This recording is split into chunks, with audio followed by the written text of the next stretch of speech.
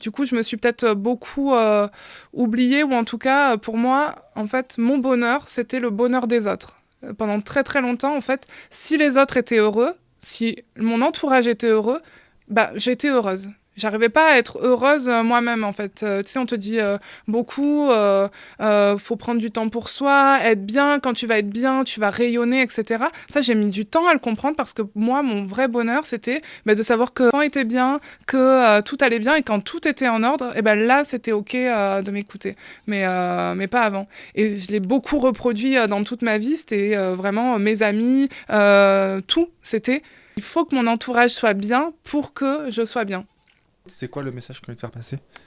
Bah, en fait, c'est que je sais pas si j'ai la maturité encore parce que je suis encore en train de le traverser, mais c'est vrai que le bonheur des autres, il est très volatile.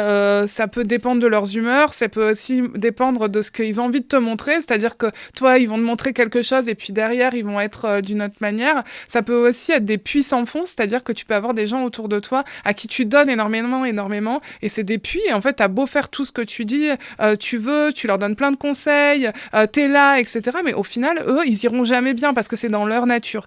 Et à un moment donné, ben, tu t'épuises, tu donnes de l'énergie, tu donnes de l'énergie. Et bon, j'ai eu des épreuves dans ma vie. Et dans ces épreuves, j'ai toujours été seule. Alors parce que je ne sais pas recevoir, ça c'est aussi quelque chose, mais j'étais extrêmement seule.